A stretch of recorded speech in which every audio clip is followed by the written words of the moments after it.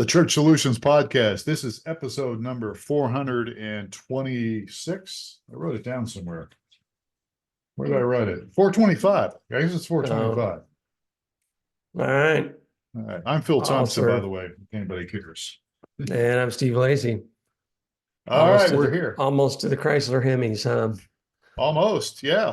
Almost, yeah. Yeah. All right. Well, we'll get enough of the engine stuff. I mean, we lose people. We lose people from the get-go, but then we really lose them when we talk about engines. All right, let's move on. What are we talking about today? Yeah, well, we're going to talk. So it's after Easter, right? And it's Easter's done. And I don't know about you, but because I was in pastoral ministry for so long, we did a lot of work up until Easter started. So we actually used the Easter service or the Easter date as a benchmark to like, okay, we need to paint this, we need to do this, we need to clean up the woman's bathroom, we need to, remodel this. And so we would work really hard up until Easter, get it all set for Easter, then have this big Easter service. And then after Easter, it was like, okay, we're done. It's over. It's done. And so, so that was kind of the deal there. So, we didn't talk about the webinar, but anyhow, we'll just talk about the webinar at the end here. So it was kind of like we would just exhale and everybody would be done, and that was the deal. Now, what I want to say here today is that great. I know it's been a lot of work, it's a lot of effort, but you need to kind of keep moving here. You need to keep the momentum going, is what we're saying here. And don't just give up and say, okay, we're done now till Christmas, So there's a lot of great opportunities now because of Easter. And if you don't move forward on those things, you'll many times miss opportunities. Yeah. And the top three are coming up, right? Or the top three, Easter, Mother's Day, and Christmas. So Mother's Day often gets neglected. That's true. Mother's Day is a big time, a big opportunity to do things. And so, in fact, I remember, we're going to get off track here, but oh well. It seems like when I was working with Jeff Love, your pastor, I think we decided that we would on Mother's Day, didn't we kick off something that was real manly? Because we figured, okay, the wives, the mothers are going to they're going to drag the husbands and drag everybody along. And so let's do a series that would appeal to men. And I think that's what we did. I think that's interesting. It's thinking outside the box there, huh? Yeah, well, Jeff is good at that. He's good at that. I don't know if he still does that stuff. But Mother's Day, we're going to have a manly. Yeah, I think it put an engine on the platform or something. I don't know what he did. But people don't know this, but when the church that I used to be a part of, that's where I met Steve in the 90s. And then I went off to Kansas and did a church and then came back. And the church I was with, the church Steve is at, built a whole new facility. And one of the things that Jeff Love, the senior pastor, really wanted was he wanted a big stage, a good platform that you could drive a car on. And sure enough, that's what you guys did, right? You end up having cars on the thing, and so I think he took advantage of that opportunity, which made a lot of sense. That makes sense, I mean, you got to. So he was. So we're off track here, but let's just go on here. So what I'm getting at here, by the way, if you're keeping track at home, if you're keeping score at home, you can go to blog.streamingchurch.tv, and you can see the notes. And so far, nothing what we've talked about so far are in these notes, but we're going to get to it. So, but I'm kind of setting it up as that, look, it's over, Easter's over, but let's move forward. So here are 6 things, maybe more, 6 things that we can talk about that you can keep going with now that the Easter service is done. Yes. So the first one is nurture new connections. All right. So nurture new connections. How do you do that? Well, one thing is you make sure you follow up, or you try to connect with those that are in the service. So number 2 is to follow up. And our church you're referencing did something I wasn't familiar with, but I thought was a pretty good idea. They gave away raffle tickets to I guess first timers or maybe just about everybody. I was in the back during the services. So they gave away raffle tickets. And the hook was in 2 weeks, we were going to have a um, kind of a family affair with jumping castles and have a big party and all that stuff. And if you brought your raffle tickets back, then you got, you increased your chances of winning. I guess they're going to give away some raffle stuff. I don't think they're giving away a car or anything, but I don't know what they're giving away. We're giving But away a car. yeah, you Every get a one of you, car. you get a car. You get a car. So anyway, I had they've never done that in the past that I'm aware of, but I thought it was a kind of a good idea to draw people back after the service to just grab your raffle ticket and come back in 2 weeks and participate in the family event. So, I mean, the whole goal, I think, of most churches is to have an Easter event and have it stick with the new people that are coming. And so that they eventually check your church out either further. And, number one thing is nurture new connections. So, during the service and you really prep your team to make sure you're extra friendly. One of the guys that I'm actually meeting later today, that's in charge of groups, has a saying that makes sure everyone it is I'm going to lose it. It's that that they feel known and loved. So that was one of the keys is you're running into new people, make sure that you know them and they feel known and they feel welcome, Yeah, Yeah. that's a very good point. Yeah, absolutely. And follow up is a real important thing. So if there's any ways now, and we've said, so we beat this drum a lot, right? I mean, we've talked about like when you do streaming video and you get people that give you your email address or fill out a connection card on streaming video, you should follow up with them right away. And so if you haven't done that with these new connections, we really encourage you to do that because these are people that stepped out of their comfort zone to come to your church. And maybe they've been there before, but they don't come often, or maybe they've never been there before, but they stepped out of their comfort zone to see what was going on. And if you can reach out to them, and I like what you just said there, make sure they feel known and make them feel loved. Yeah, he had three keywords and I forgot the first one. I'm really messing it up, but yeah. Seen, known, and loved. I don't know. Maybe make sure they're I think seen. that is it. Seen, known, and loved. Yes. We see you. Well, Yes. yeah. And I've said this before, and I hate to rub it in, but when there was a church I was working with at one point, I wasn't a senior pastor, but I was the executive pastor, and they opened up a new facility, and they went from like 25, 30 people to 60, 70, 80 people almost instantly, and yet, there was very little follow up, if any, and there was just not a lot of understanding on how to make people feel welcomed. And that went on for a long time. And there was even to the point where people would actually complain about it on their connection cards, when they would put something on their card. And it's kind of sad, but to their credit, after I hit them over the head a few times in team leader meetings, board meetings, that started to change. But you really need to go out of your way. And that means for you as leaders, because, a lot of leaders are introverts. Most people won't believe that. They feel like, well, if you're up there speaking all the time or involved in leadership, you must be an extrovert.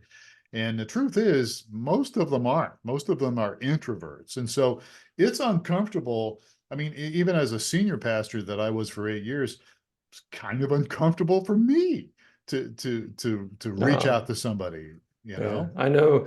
I mean, our senior pastor, he's told me before, he goes, I would much rather go into an audience of 5,000 than an audience of five. Yes. Walk into a room of five. He said that just terrifies him. But the 5,000, he's like, yeah, I'm good. So yeah, because there's a distance there or something. I don't know how to describe it. But yeah, there's definitely a distance. I have no problem speaking, and I had no problem talking on the radio for that I did for years and speaking to large crowds. But yeah, so even as a leader listening to this podcast, get out of your comfort zone. I mean, most of you know that because you wouldn't be in ministry if you have to step out of that. But it's not easy for anybody, especially if you're introverted. Um, so anyhow, my wife is an extrovert, so that's not a problem for her. But anyhow, so nurture new connections. That's what all we're saying here. Simple stuff to do. You could simply do a follow-up email or a phone call. New events coming up, like you just mentioned, Steve, maybe Mother's Day coming up soon, small group events coming up. It doesn't have to be a real elaborate, but just reach out to them, let them know that, hey, we saw you. We know who you are. We know who you are. And we do want you to feel loved. We want you to Yeah. know that we're glad you came and we appreciate you coming. Prayer requests, maybe ask them if there's anything, maybe send them an email or whatever, asking, hey, is there anything we can pray for? Those kind of things. You'd be surprised people open up to that, even if they're not believers.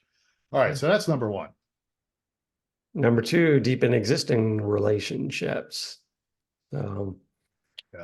So this is if you've worked really hard to pull Easter off, especially if you had to do some special stuff, or stuff, maybe even just special maintenance stuff that you've been putting off. Chances are you work pretty closely with some people, right? I mean, whether it's your tech team or the music team or the greeters, or even just people that came to volunteer to, hey, I'll help clean the church because I know we have Easter coming up. I'll help cut the grass or work on the landscaping. Chances are you got to know those people maybe a little more, and so it's an opportunity to grow with them as well, to get to know them better, to build stronger bonds with them, to really take it to the next level, so to speak. Yep, I'm doing a little of that today. I host and lead a small group, and our small group leader, which I really don't know, I would consider fairly new to the church. He's probably been there 3 years, but not been around, not an old codger not been there when we were, super tiny. Anyway, he said, "Hey, I want to meet you for coffee or lunch today." And I said, "Sure." Yeah. So it's another way and I really don't know him. I don't know his background, so that'll be good. Yeah, that's great. That's a great opportunity, I mean, to really to move forward there. So take advantage of those opportunities. You work with somebody closely, maybe temporarily, perhaps, or maybe all the time, but take it to the next level. It's a great opportunity. Number three, reflect and refine. Reflect and refine. So what do we mean by that? It's we used to call it doing a post-mortem, right? Or Well, it's not dead yet. in my corporate world, it was called we did this big presentation and let's do the post-mortem.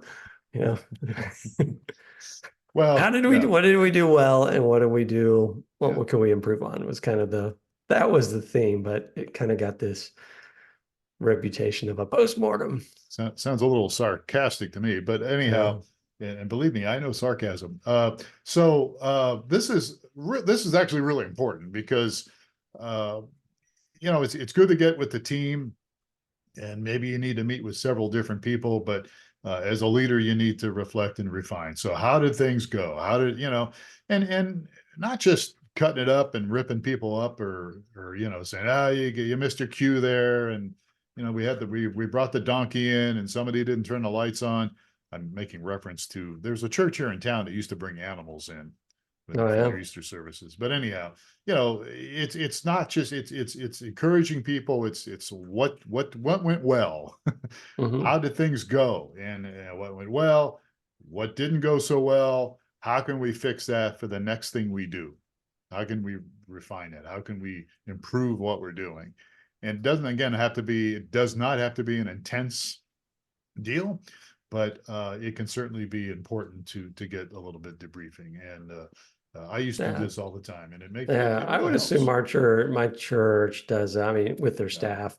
Yeah, we used to. What went well, what didn't go well, for the big events. So we actually would do it Monday mornings. I mean, when I came back, the second coming of Phil Thompson, when I came back to Alive, in 2008, 2009, I was with them for a while, and Mike was there, Mike Gray, who people have heard on the podcast here and works with us now.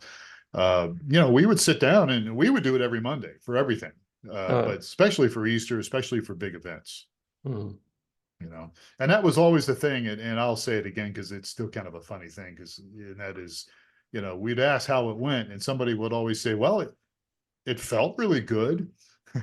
But that's not, there's more to it than how did it feel? How did the service feel? Well, it felt good. Well, okay, but show me the numbers. I mean, did we have people show up? Did we have second timers, third timers? Did anybody become a Christian? How many people prayed? Did anybody sign up for small groups? Looking at those kind of things Mhm. and people say, well, it's not about the numbers, but I've always said this: if you don't think it's about the numbers, do you count your money? Do you count the offering? I mean, you want to, numbers do reflect, no, numbers aren't the only indicator that you're doing well, but it certainly is something to look at. Anyhow, I'm beating that drum too hard probably, but you know what I'm getting at, right? Yeah, wow, you definitely Yeah. metrics. Well, we're both kind of metric people. I think you're even Yeah, more so than I am, but I think yeah, it's important. I do think it's important. It's not the only thing to define how you're doing, but it is something to at least look at. All right. Shall we move on? we should. Everybody's done with this, right? What's the fifth one or four? Oh, wait, we're number four, right? Or four, keep the flame alive. Keep the flame alive. Well, we had this big Easter service. Hopefully it went well. Hopefully people were encouraged with hope and renewal and the idea of transformation. But it really does go on from there, right? It's more than just that. It's not just a single sermon, a single teaching, but this is where you can actually go on with a series. That we used to do this all the time. Is let people know what's next. How can we keep going now that we've Mhm. got some people encouraged here? What kind of a message series, or what are you going to be preaching on next, or small group studies? you Yeah, know or we're real big on the church that we're part of is next steps for each yeah, individual. So they're going to be different for each person, but they encourage everyone to be able to take that next step. yeah, what's the next step? Define what the next step is? And as you said, it can be different for people, but it's still very important. So it's again, it's not just exhaling. Look, you worked really hard, you do need to take a break, I'm sure, but at the same time, you don't want to just drop the ball. You want to keep moving on this thing, because you have people that showed up, and they're ready to move on. Mhm. The people that Exactly. showed up, they didn't necessarily probably put the effort and work in. So they're not worn out. They're not tired from working hard to get this Easter thing off. They just came and enjoyed it. So they're ready to move. Many of them are ready to take the next step, Yeah, uh, exactly. even if you're tired as a leader. So you got to kind of move on here.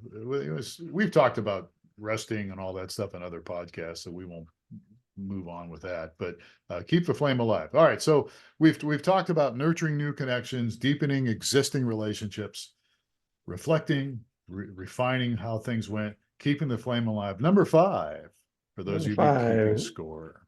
share the stories.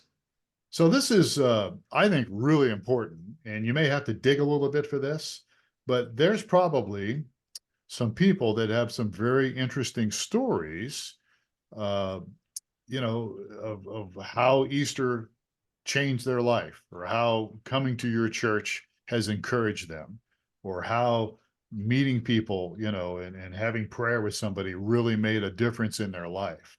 Those stories are there, but sometimes you have to cultivate them. So you got to have to dig a little bit and find out where they're at.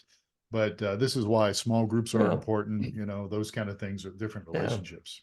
that's true. I mean, and our church does, I wonder how much churches are able to get the stories. I mean, we'll have video testimonials, and it's typically somebody that's telling their story. And but I wonder, how did people in leadership in the church find out that that story existed? So it's, you got to kind of be intentional about getting to know people. I would think small groups would be another good resource for that, hitting up small group leaders and Yeah, and just finding those stories and then connecting with the people that are willing to tell their story. Yeah, I think that's true, and it does take cultivation. You really do have to sometimes work hard at it, but they're out there, and I think that even running a little bit of I don't know if you want to use the word advertisement, but maybe even mentioning from the pulpit or from your announcements or your bulletins or whatever to say, hey, what's God doing in your life?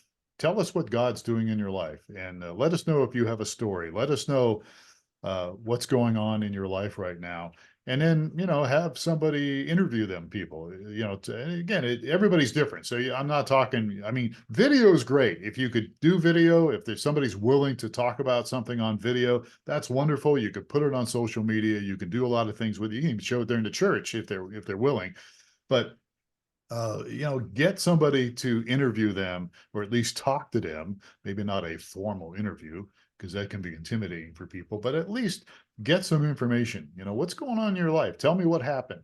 Tell me how your Mhm. life has changed. And then somehow or another document it in some form, whether it's video, whether it's audio, or just a paragraph or something. Mhm. Those things mean a lot. Yep, and that's I mean, it kind of brings back to the satisfied customer is the best marketing for your business. And in the same way, somebody with changed lives and real life stories that people can relate to is going to really be significant for your church. So Yeah, it really is. And it encourages other people, yeah, And if somebody hears a story, they go, well, that's something similar to that happened to me. Let me tell you what happened to me. And so those kind of things can build. They can build momentum. yeah. And Or before you know it, you've got, I'm in a similar situation that they were before, whatever happened, yeah, and maybe I can talk to them or yeah. right. Yeah. It's all about relationships. And so when people share what's going on in their life, it can build bridges uh, to other people, which leads to relationships, at least in some capacity. All right, so share the stories. And then the sixth one is embrace the ongoing mission. So, as we've already said, Easter, a very significant event. But again, it's just one of the many events that can happen that can really uh, build for your church, can really encourage people in the mission, can really help you grow your church and not just grow with numbers, but grow people spiritually. Yeah, exactly. So Uh, yeah, it's a year-long endeavor, right? So it, we yeah. we have it in our pre-meeting, the one of the people always says, "Why are we here?" And the answer is because everyone spends eternity somewhere. So Yeah. it's just kind of that's why we're here. So it's not a one-time event. It's an ongoing thing. It really is, and it's about connecting people with God, connecting people with each other. Those are very important things, and that's really what people are looking for today. We've talked in other podcasts and other blogs about Generation X and all these different generations, Generation Z coming up, and how there maybe the interest in church is waning a little bit for these different generations compared to what Mhm. it was for ours. But they're all looking for relationships. They're looking for we'll use the word again, authenticity. They're looking to be real with somebody and they're looking to connect and make friends. That's really what they're looking for. And that's how I actually became a Christian many, many moons ago was I had somebody I worked with who I became very good friends with, and that opened the door I think that's uh, very common. opened the door for me to be involved in ministry later on. So not too far. So there you go. That's it. So it's Easter's done now. Now what? So after Easter, well, here's some things to think about. And this is why, we mentioned this earlier, and this is why it's a lot of work doing church.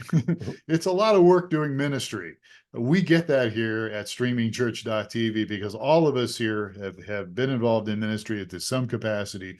We know it's not easy and it can be draining at times. That's why it's always good to take breaks at certain times too. But we'll get to that later. So, anyhow, if we can help you in any way, please let us know here at streamingchurch.tv. I do want to let you know that we do have a webinar coming up, and it is April 16th, and it is called The 10 Commandments of Streaming Video. And one of the things that I think is appealing to me about this webinar is that these are some 10 very important points that actually can make your job easier. If you're involved in streaming ministry, if you have streaming ministry at your church, maybe you're not involved in the tech team, but you're a leader and you're frustrated at times because of glitches and issues that pop up. This webinar can help your team, can help you, because Yeah. when things go well, life gets easier, right? Yeah, So, and it's not only making sure it goes well, it's making sure that it's effective as well. So yeah, effective. Not only keep your tech problems down, but also help you do what you do better to reach more people and help your streaming video actually be much more powerful and effective, as you said. So that is happening April 16th. That's coming up, and you can go to webinar.streamingchurch.tv and you can sign up. It is free. It'll be about a half hour long, maybe a little longer, and we'll be there to talk to you about it. And we'll even do some Q&A afterwards. So, sign up for the webinar and tell your friend about it. Webinar.streamingchurch.tv. That's the domain to go to, and that's where you can reserve your seat. So there you have it. all right, awesome. Good deal. All right. Well, he is Steve Lacy. I'm Phil Thompson. And as I said earlier, if we can help you with anything, that's what we're here for. We're more than just a company that does streaming video. We do a lot of things and are all related to ministry and church stuff. And so if we can serve your church or help you in any way, please reach out to us. Just go to streamingchurch.tv. My name is Phil Thompson. Thank you so much for spending a little bit of time with us today on the Church Solutions Podcast. We'll catch you again on another episode. Please take care of yourselves and each other.